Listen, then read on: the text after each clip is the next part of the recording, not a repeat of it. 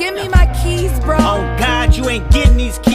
Give me my fucking keys. Now you mad at. Alright, ladies and gentlemen, the moment you've all been waiting for. I'm here to present to you the YouTuber, the graphic designer, the hip-hop artist and enthusiast, coming and residing all the way from Mount Vernon, New York, to present the review of Mr. Morale and the Big Steppers, Kendrick Lamar's 5th studio album.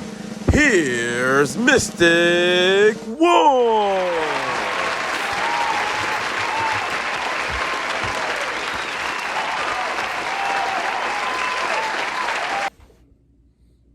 The fuck?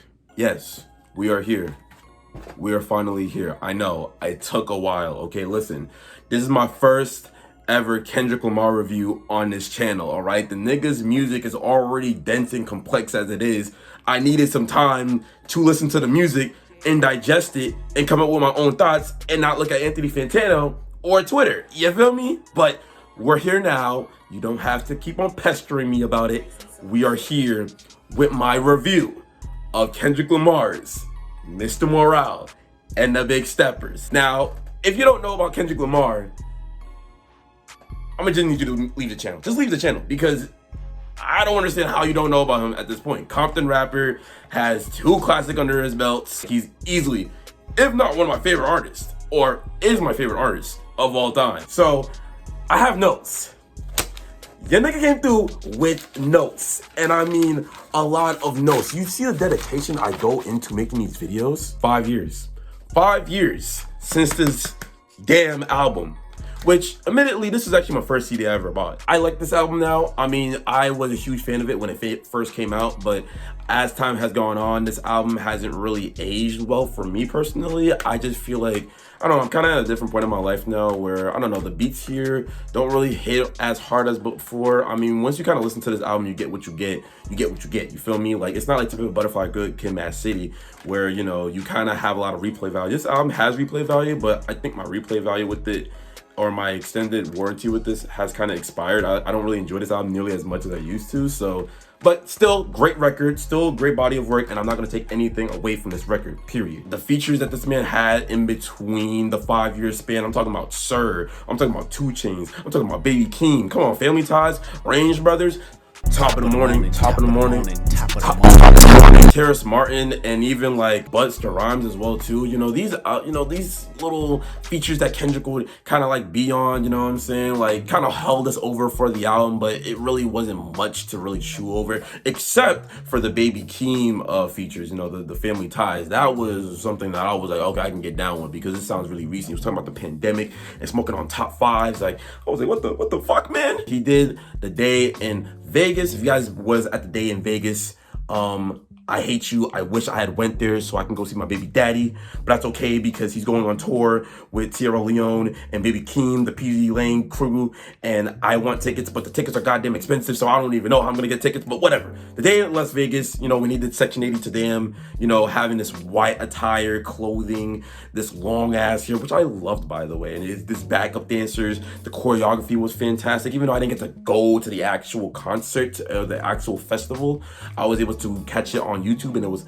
fantastic. Everything about it, mwah, mwah, chef kiss. And the NU Thoughts that came out last year around August, when he was talking about, you know, working on his last TDE album and going, you know, months without a phone and collecting old beach cruisers, and his love and his loss and his grief, you know, all these things that has been like weighing on his mind since he has been out of the game for 5 years. And it just sounded, you know, something that, you know, Kendrick, you know, was very personal, kind of like a diary entry, and it kind of was informing us, Kendrick, about what was to come in the near future. PG Lang, the company with Dave Free, you know, 2020, that was kind of when he, because kind of previewing and doing all these trailers like with Baby Keem and Georgia Smith. If you don't know about PG Lang, it's basically a record company, production house company that's published. They also did a recent collab with Converse. There's, you know, shoes, you know, they look pretty cool, you know, look fire, look valid. The leaks that came out around 2020, around pandemic year, was crazy. You had songs like Prayer, which was easily one of my favorite leaks that this man has ever penned. Somebody Gotta Love Me, Therapy Session, etc. There was a lot of leaks that had came out throughout this time. Even last year, there were some leaks. If you guys are, you know, Kendrick Lamar stans, you would have caught some of the leaks off of this record. Like, therapy session now, it is United in Grief. We Cry Together, that was also a leak off of this album that came out before. So there was a lot of leaks that came out with this record, and it definitely fed an appetite in me a little bit, but it didn't really feel real because, we didn't really get a Kendrick record, you feel me? But then on April, this man made an announcement on his Oklahoma website, and it was on a silver folder as well too. He was like, Mr. Morale and the Big Steppers. It was this huge ass statement. I was like, what the fuck? I was in class.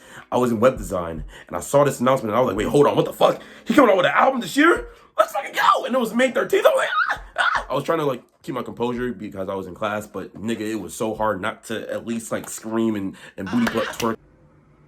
Boy, if you don't get The possibility for a double album as well too, that was also something that was kind of, spreading around, and it was a book as well too, and I was like, hold on, this nigga might be telling a story. And it was on a black folder. It was really Kendrick was giving us something to feed off of, something to eat off of before the album came out. But that, and I mean that, was nothing compared to the Heart Part 5 that we got a week before this record came out. Now, if you guys don't know, the Heart Part 5, that's part of his series, you know what I'm saying, the Heart series. He's been doing it since Overly Dedicated, you feel me? Since 2010, and there's now a continuation off of it. He did Fake Beats with O.J. Simpson, Kanye West, Jussie Smollett. He did it with Will Smith, Kobe Bryant, Nipsey Hussle, and it was over a lot of jazzy, a lot of funk production, kind of reminiscent to Pimp a Butterfly. Shout out to the Marvin Gaye sample. I actually had that CD.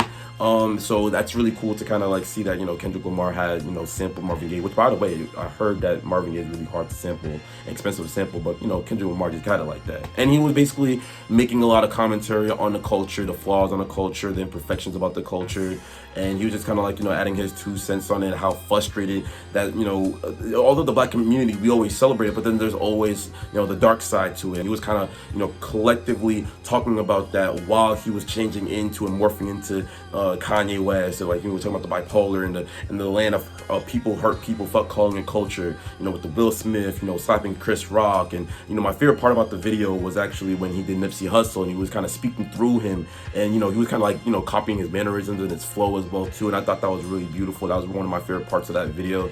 And I was just genuinely impressed. I was like, dude, this nigga sounds sharp. He sounds on point. And the Heart Part series are nowhere near his albums, you know what I'm saying? These are always promotional singles to kind of get you pumped up for the record, but they're not a part of the album experience. So I was really hyped up when he did the Heart Part 5. I was like, oh my God, this album's gonna be a classic. I already just know it. But that was everything leading up to this record. We haven't even gotten to the review yet. This video is 9 minutes long, 10 minutes long, and we haven't gotten to the actual review yet. That was that happened before. So without further ado, let's actually talk about Mr. Morale and the Big Steppers.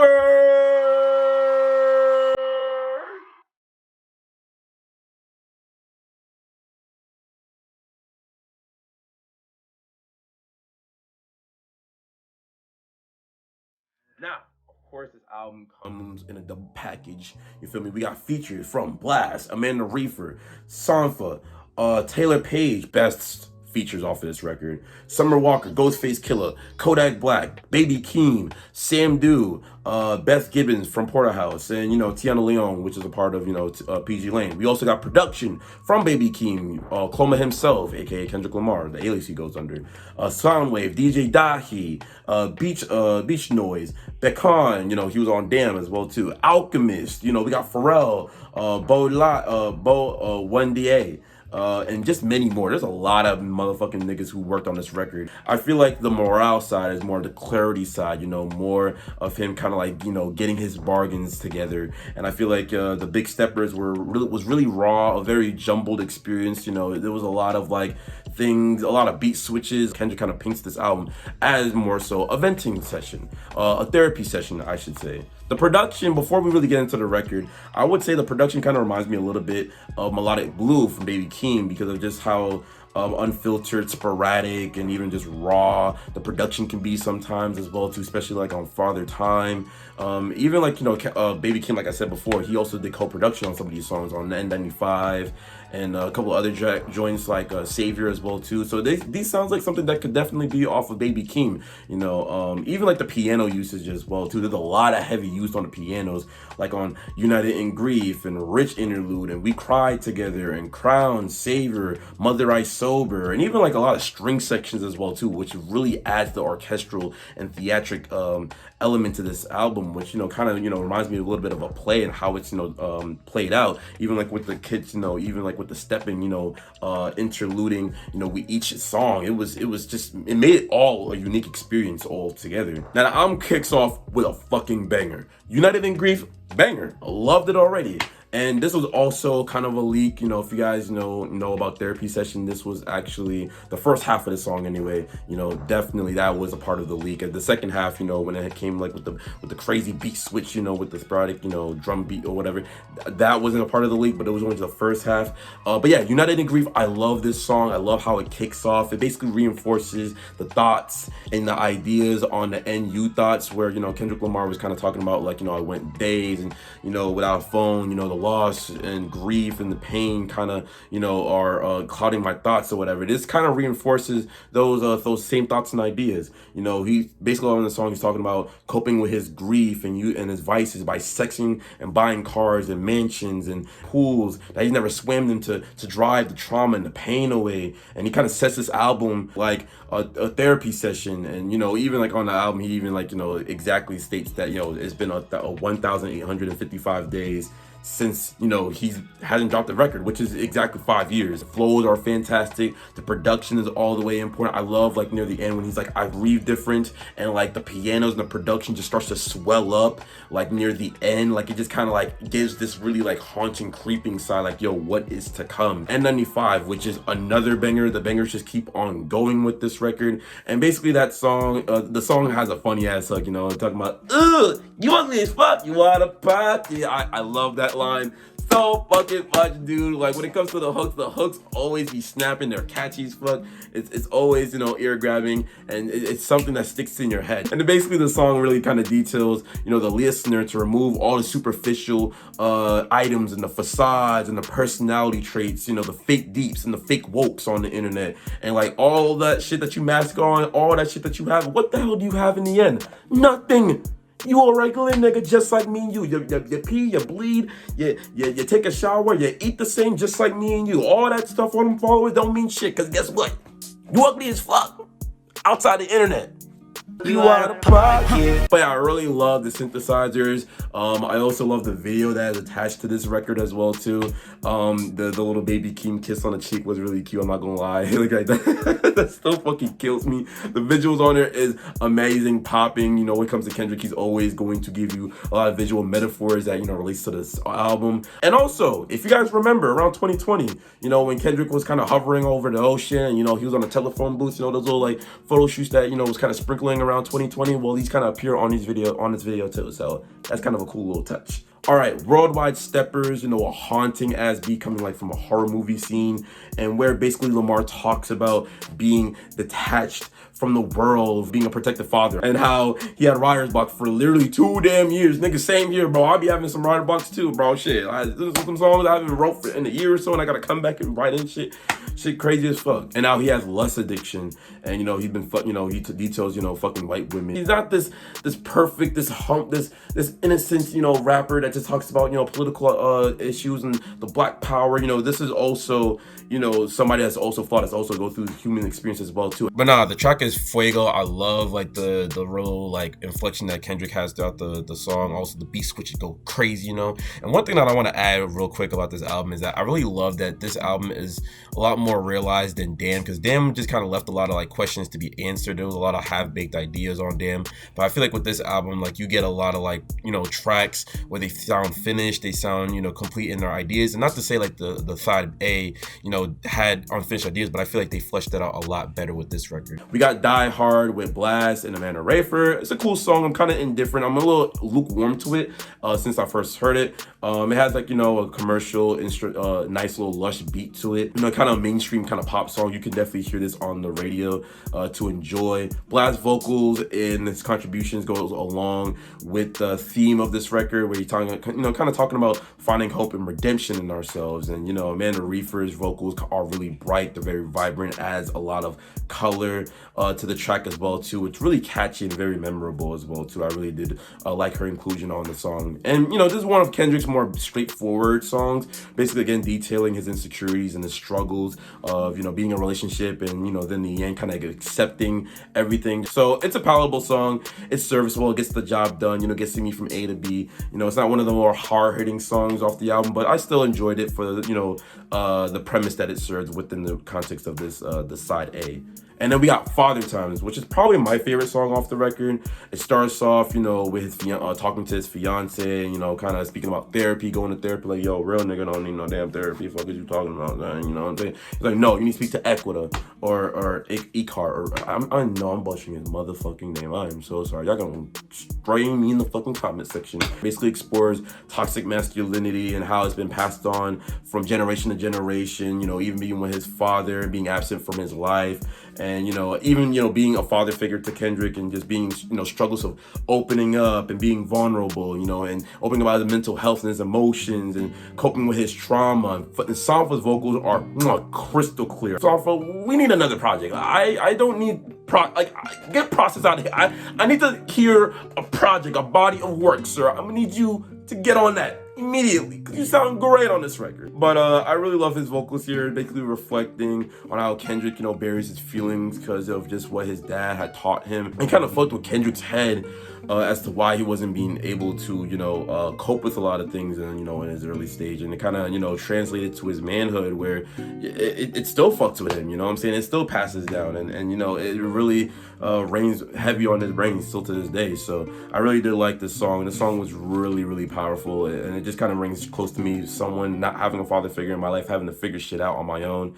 And, it really sucks, that a lot of, black kids, have to struggle through this. Now, the rich interlude, it has, nice progression. I also love, Kodak's inclusion, kind of like his little take on his journey, his music journey, while moving through like, the rap industry, pretty poetic, very, open mic-esque. I really did like how the piano was kind of like slowing down, and then like how, Kodak was still like, rapping. It was kind of like like it was really soaring. I was like, it sounded really large. I was like, oh shit, okay, this is really crazy, which actually alludes to the controversy that Kodak Black is on this record. A lot of people have a problem with that because, the rape charges, that he had in 2016, and the sexual abuse that he had to an underage girl. And basically, Kendrick Lamar, I feel like why Kendrick, put him on this record. If you guys listen to Mother I Sober, which we'll get later into this review, it makes a lot more sense why he's on this record. Recontextualizing him of, being free of like all of the abusers, using him as an example, and probably, he probably even sees like all the dark and really terrible traits, in Kodak, probably in himself, in a way. And he kind of like, uses all that, traumatic and generational curses, and, kind of puts it in all this record. And then Mother I Sober is kind of like more of a release out of that, you know what I'm saying? I don't know. I feel like, Kendrick didn't have to put Kodak on this album. I know what he was trying to do, but I feel like, mentioning him would have probably, done the service. I don't understand why he has to put him on the actual record. Then you got Rich Spirit. Again, pretty indifferent toward. The beat doesn't really do much for me personally. It sounds really bare and empty. Has like an eerie, type of like, a cold atmosphere to it. I do like the hook, rich nigga, broke phone. Get the balance, some staying strong. Strap brother, real, that brother. We just up the deal. Give me that brother. Like, I ain't gonna lie, that shit kinda hot.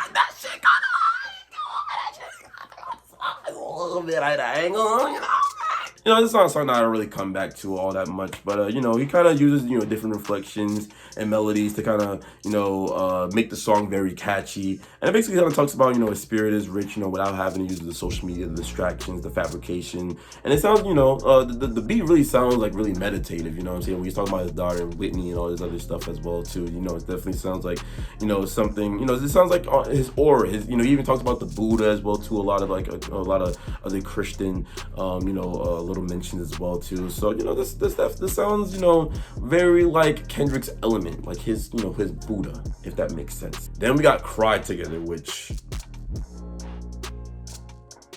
do we have to talk about this song? Do we have to talk about We Cry Together with Taylor Page? First of all, Taylor Page, you are an amazing actor and you deserve an Oscar, because that performance that you did, girl, was amazing. Which, by the way, I hope the music video does come out. I did see it on her page that him and Kendrick might be working on a music video, and by the time it does come out, by the time this video comes out, I hope to see it and do a reaction to it, because the world needs a video for that. But it's detailing a toxic relationship, a messy relationship that kind of plagues throughout a lot, well, not a lot, but a good majority of relationships. You know, I pray that nobody ever gets into a relationship like that, because Jesus Christ, that shit is fucking messy. Even reminded me of Kim a little bit, even with the sound effects, the fuck you bitch, nah, fuck you nigga, fuck you bitch, fuck you nigga, fuck you nigga, fuck you bitch, stupid ass bitch. So I was like, Jesus Christ, kind of it makes me feel like I'm actually in the argument. I'm like, this is kind of awkward as shit. This song, I don't really come back to this record like that, because it's like, Jesus Christ, like, it's kind of, you know, I ain't gonna lie, it's like this guy is kind of uncomfortable to listen to, especially like when you're in the whip and you with your homies, like you don't want to listen to this song. But you know, I will say when it comes to the privacy of my own, you know, I definitely will be saying fuck you bitch to myself into my head, you dig what I'm saying? But one of the best songs off this record, also I can definitely hear a lot of West Side Alex on there. And then we got Purple Hearts, which is the final track off of disc 1, and it's kind of like, you know, I ain't gonna lie, it's an okay song, you know, it's kind of a weak outro to the disc, you know, I ain't gonna lie to you. It's, you know, similar thoughts that I have to, you know, Die Hard. It's kind of like a pop, very mainstream type of song. It has like a very nice and lush backdrop to it with heavy bass and drums. Kind of reminds me of a cut off of Damn. Basically talks about love and spirituality. Summer's vocals here is a little so-so. I'm not really, you know, drawn to her lyrics like that, especially when she's talking about it ain't loving unless you ate my ass, which first of all, I would never eat ass, or I will never eat ass. Are you fucking kidding me, bitch? Bitch, you wildin'. Ghostface Killah's performance was a little out of pocket at times when he was, you know, on the song, but his delivery and performance was really top notch. I really did like that, but his flow was a little, you know, it was a little rocky, I ain't gonna lie. The song is alright. It's cool, you know. I get the sentiment of the song, why it's there, but personally, it's cool to me. And then now we have the second half, which is the Mr. Morale part. And, you know, this disc one, the breakthrough, it starts off with Count Me Out. Again, you know, I think this side of the album definitely has a lot more clarity, definitely has a lot more focus. I would say Count Me Out. I love this. I love Count Me Out so fucking much.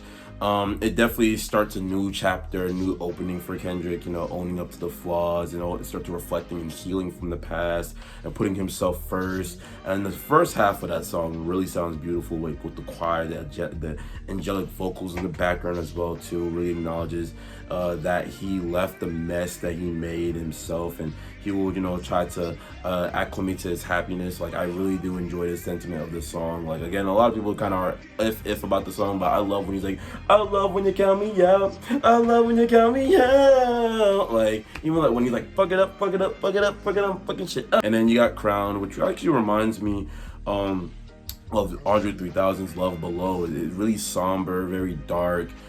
Drives into, you know, Kendrick's psyche, his conflictions of just not pleasing everybody, because goddamn, you know, I can't please everybody and shit. You know, when my artwork, you know how, you know, my professors be, they be like, shit, show shit ass. They ain't gonna say it to my face, but they definitely thinking that shit, you know, in their head, like, damn, nigga, this shit, this black nigga's ass, bro. He's not gonna pass you. Basically, like an internal monologue with himself, and I really do enjoy this song. And I liked it when I first heard it, and I love it even more with, like, listening to it. I love the piano, the just the somber pianos on here as well too. You know, it's really sad, man. Like, I really, you know, understand where Kendrick is coming from. Just like, you know, nod their head, you know, tap their heads for confirmation, you know, a favor comes and favor goes. And on all the things that he's talking about, all the things that he's talking about with this album, it really, you know, drives it home, definitely. Then we got Silent Hill. The hook, fuego as hell. Push these niggas off me like, push these niggas off me like, push these bitches off me like, pushing the snakes, I'm pushing the fakes, I'm pushing them all on me like. Definitely for the TikTok people, your dick put up section. Nigga. Kodak was a nice little, you know, inclusion of the track, you know what I'm saying? Nothing much to really talk about with this song, you know, the lyrics kind of speak for themselves. The beat is pretty unique, you know what I'm saying? You know, they're all just talking about, you know, moving the fakes, brushing all the fake people away from them, you know what I'm saying? It's a cool song. I like this song. And you got the Savor interlude, which Baby Keem kills it, by the way. He is great on here. The strings are, the violin strings are elevating. They are, you know, really, really, really vibrant on here, man. Like, it definitely, again, sounds like something that could have really been off the melodic blue, you know what I'm saying? And Equar, you know, the therapist, pretty much, you know, kind of sets the scene for this song, where it basically talks about where things happen to you as a kid influences to what happens to you now. And, you know, that kind of, you know, ties back to even like family father time. Baby Keem talks about, you know, his influences, how he got brought up, his upbringing, and how, you know, his father kind of like, you know, even doubting him, and now, you know, now shit, the same thing, you know, going on tours, now he's buying him a casket, which is really crazy to really think about, really haunting as well too. And then we got Savior. Basically, the theme of this song is Kendrick Lamar, J. Cole, LeBron, and Future ain't y'all niggas saviors, alright? He calling every one of y'all niggas out. I love the beat here. I love the reverse, you know, kind of like, you know, entrancing beat on here. It's really, really hypnotizing. I really love the refrain and the hook here. Bitch, is you happy for me? Really? Are you happy for me? Smile on my face, but is you happy for me? I'm out the way. Are you happy for me? Which is damn true. Like, are y'all happy for me?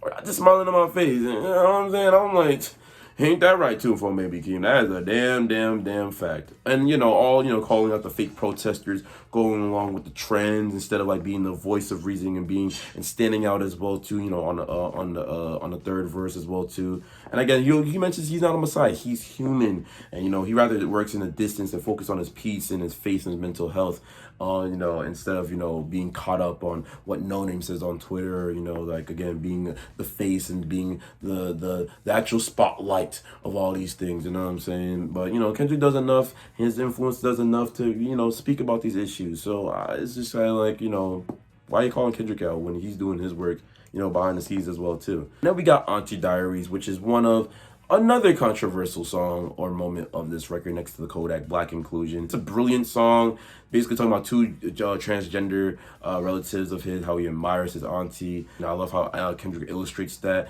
And, you know, he uses the F-bomb to kind of illustrate the raw and the ignorant homophobic reality that some people, you know, that are using the F-bombs, you know, do it like that's how it really is. So I understand why people have a problem with this song. It's not really just the song itself, because the message is actually beautiful. It's just Kendrick Lamar using the F slurs, and I understand, but I kind of respect the integrity about this song, you know what I'm saying? Again, the Kodak thing, the F-bombs, you know, even like the certain sounds of production and the things he chooses to talk about with this album. I understand what Kendrick was doing. He took a risk, not only sonically, but he took a risk. Like, a lot of moments on this record were risks.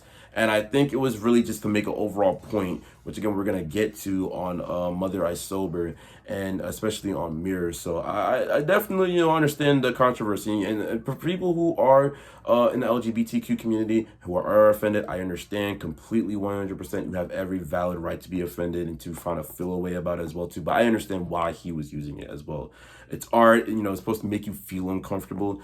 But I can understand, you know, maybe censoring himself could have probably done the job well, probably using something else to kind of, you know, refer his point. But he also talks about his cousin as well too, where he kind of also changed into a girl, and, you know, he was also scrutinized for his gender. You know, the family didn't really take it all that well, and even the pastor was being homophobic, and, you know, Kendrick was picking humanity over religion, and how it was kind of an all-coming moment for Kendrick, and how, you know, how he uses these words like he didn't know any better. You know what I'm saying? You know, we were kids. You know, it was no filter, and you didn't know that these words, had a lot of meaning and had a lot of it kind of reminds me a little bit of kind of like the infamous N word, and he kind of mentions about the white girl as well too. He brought up stage a few years ago of using the N word and kind of bleeping that out, and kind of like he did that little reverse thing if he switched positions with that. Again, with I think Kendrick Lamar was talking about niggas and how even like the sensitive N word and the context of that record of that word. Mr. Morale definitely highlighting a lot of the same themes about this record,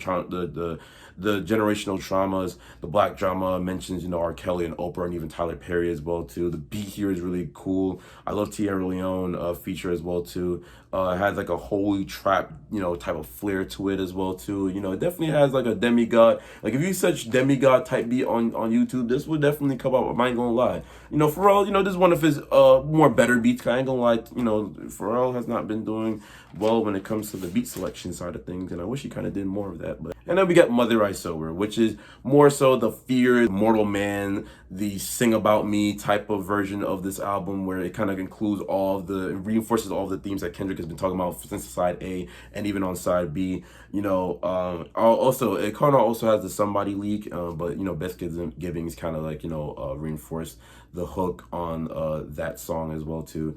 But yeah, this album reinforces all again the themes. He kind of talks about his guilt, his remorse, how he's kind of refraining from using drug addiction because it was really lust addiction. The black community, the sex community, he was also talking about the black community and also sex culture and being rooted into that. His mother experience, being assaulted, and now he's affected by that because he's also hurt his lover, his fiance Whitney, and Whitney has a pure soul. He's been kind of patient with Kendrick. Kendrick, because of the things that he's been going through his childhood. His mother not believing him. When he was when he didn't believe him when he said no, when he didn't get touched as well too, because his mother got violated in Chicago, and even like open up in his despair, his hopelessness, his infidelity, and metaphorically freeing himself through all the toxicity, all the abusers, all the trauma and the hurt. And again, this kind of goes back to why Kodak is on this record. And again, it's a really nice, the album stop right here. I wouldn't be mad because this really sounds like a conclusion to this record. I really love the somber pianos as well too about this record. I love Beth Gibbons, inclusion. I really love that, Kendrick is very deep. It's very, very emotional, impactful song. And, again, it's a song that it always tears me up. It always, crawls on me when I'm ever listening to it. Mirror was a great conclusion. I don't know why people don't like this song, but I love it. It's a great conclusion. Love the beat and the strings, taking care of himself, following his heart, removing himself from the culture, and, just kind of like, as a farewell to, at the last TDE record, as the last, final calling, the final bow down to this record, this very, very deep and very, very dense record, topically, which is why, a lot of people were like clowning him for not selling over, Damn or anything, because nigga, he took 5 years off. He didn't have any physical, sales or anything. This kind of like he did with Damn, because he had physical bundles. And also, he's talking about a lot of deep shit. I'm pretty sure niggas not going to be bumping We Cry Together and this song and Auntie Diaries and a whole bunch of other songs, like even Worldwide Steppers in the Whip. The reason why Damn did so well, because he had a lot of catchy songs like Humble and Element, and he had a single with that. Remember, Only Our Part 5 was a promotional single, but it wasn't on the record. And there was no really lead up or no promotion to this record, which is why it did 295K first week. So I'm not trying to give excuses, but literally, like, I don't think it really matters how much who sold who most this week. It's all about the art and the longevity and the overall impact that it's going to have years from now. Even like Suburban Butterfly didn't even sell that much first week, but it's one of the best hip hop records of the decade, and a lot of people like to put that on their top 10s. You know what I'm saying? So I feel like art like this is not gonna always reach the highest sales, and that's fine. I'm not worried about this album being on Billboard 100 or whatever. I care about the message and how Kendrick is doing, and I love how, again, on Mirror, he really reflects all of the emotions and all the themes of this record, and how he's going to take time for himself to heal and to things to kind of be a better light within himself, and to not put himself in the savior complex anymore.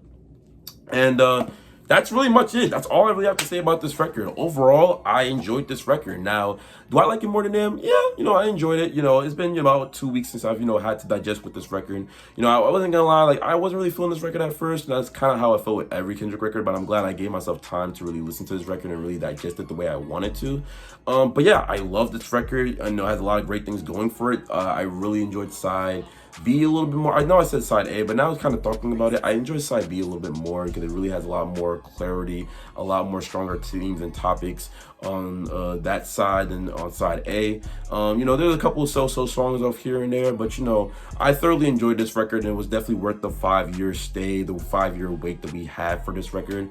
So I'm not gonna rate this record. I'm not gonna tier it because it's too early, and I don't even like to tier records because like that's just kind of undermining the talent and the art that Kendrick presents on each record. And I feel like, again, this is more of like a more executed and much more better realized Damn, because with Damn, when you leave that record, it was more like a, it was kind of conflicting. You didn't really know where to go from here. And I love how even Earl, Denzel Curry on his latest record, Melt My Eyes See Your Future, kind of talks about him growing up and how he's dealing with his depression and his anxiety. Now he's kind of moved past this. This is kind of a more of a grown man's, a more realized record than like a Taboo or even Earl Sweatshirt, like some rap songs, and now Sick, now he's in a better place mentally. So I love that these records kind of have more of like a time theme to them, about clarity, about overcoming these obstacles, these traumatic pains, and kind of overcoming them, and just kind of like putting yourself first and having time to breathe and to grow and be away from the culture and just being away from the people to kind of work on yourself. And I love that sentiment about this record a lot, which is why I love it a lot more and I appreciate it a lot more than Damn, I would say. But yeah, that is my review on Kendrick Lamar's The Mr. Morale and the Big Steppers. I overall enjoyed it. If you guys enjoyed this record, if you guys enjoyed this review, this long awaited review, give it a like, a comment, because it really does mean a lot. Jesus Christ, because knowing, the notes and the things I put together with this video, Jesus, is going to take a minute. But I hope you guys, again, enjoy it. Give it a like, what you guys think about this record. And yeah, it's been your boy, Mystic Wolf. I will see you guys in the next video whenever I come back here again to talk on a camera. And I'm out of here. Bye.